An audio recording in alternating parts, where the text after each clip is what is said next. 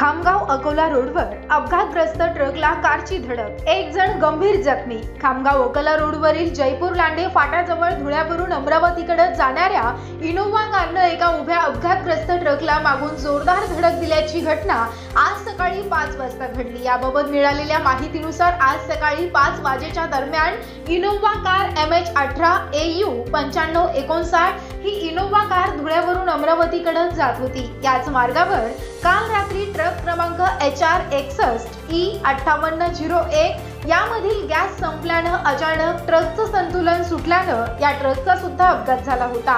हा ट्रक रस्त्याच्या कडेला उभा होता। आज सकाळी 5 वाजेच्या दरम्यान धुळ्यावरून अमरावतीकडे जात असताना ओव्हरटेक करण्याच्या प्रयत्नात असलेल्या इनोव्हा कार चालकाच्या समोर अचानकपणे अपघातग्रस्त ट्रक समोर आला आणि इनोव्हा कार त्या ट्रकला जाऊन जोरदार धडकली।